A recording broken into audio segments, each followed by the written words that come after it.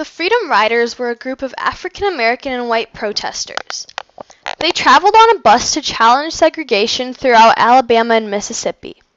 While they journeyed, they often found themselves the targets of violence, nativism, and racial discrimination. A lot of people got mad at the Freedom Riders for speaking out, and they assaulted them in various areas, such as Birmingham, Anniston, and Montgomery, Alabama.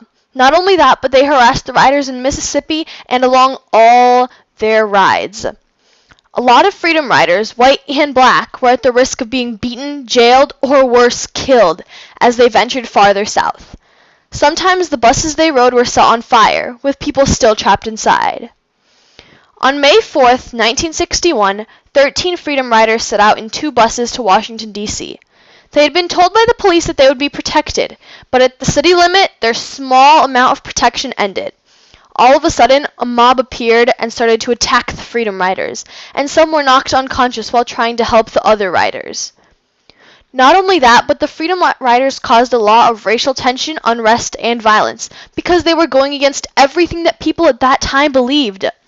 Also, some officials in Alabama and in the Kennedy administration hoped that the Freedom Rides would stop so that some of the tension and violence would decrease. But the Freedom Riders kept going. They continued to fight for their rights. 27 of them rode 2 buses to Jackson, Mississippi. Again, they were promised they would not be hurt or arrested if they did not show signs of violence. But, just like before, when they arrived at the Jackson bus station, they were arrested for trespassing. The judge that listened to their case was biased and refused to listen to their arguments. They were sentenced to 30 days in the state prison. Then, when the Freedom Riders went to Anniston, Alabama, they were met with a vicious mob of about 200 people who slashed the bus's tires. The bus got away but had to quickly stop and fix a flat tire. The mob soon found the location of the bus again, and someone threw a firebomb inside. The bus burst into flames, with the Freedom Riders barely managing to escape safely.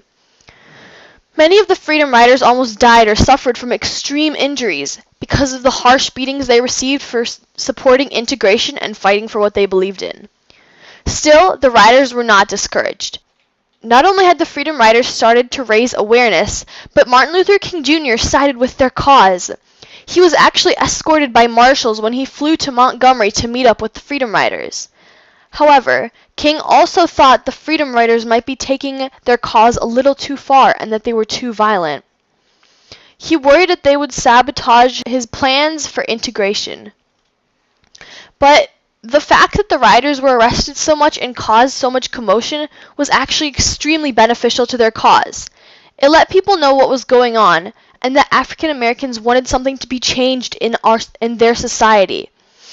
The Freedom Rides showed a whole new side to African American struggles and the violent and unfair actions of the white people. The Freedom Riders continued to travel for the rest of the summer in the South, trying to stop segregation on buses. Finally, the Freedom Riders got what they wanted. The Interstate Commerce Commission Act was drawn up because of the Freedom Rides, and it talked about all the different rules and legislation that would govern the integration of bus terminals. Because they had already decided to integrate bus terminals, it was decided that airports would be integrated too. Then, in 1968, Congress passed civil rights legislation that stopped segregation in public faculties for interstate travel. The Freedom Riders' dreams were finally fulfilled.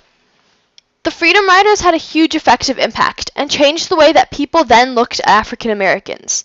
As Juan Williams writes, "The courage and tenacity of those pioneers had captured the imagination and awe of blacks throughout the Southland. And maybe it didn't capture the attention of just blacks, but of white people too."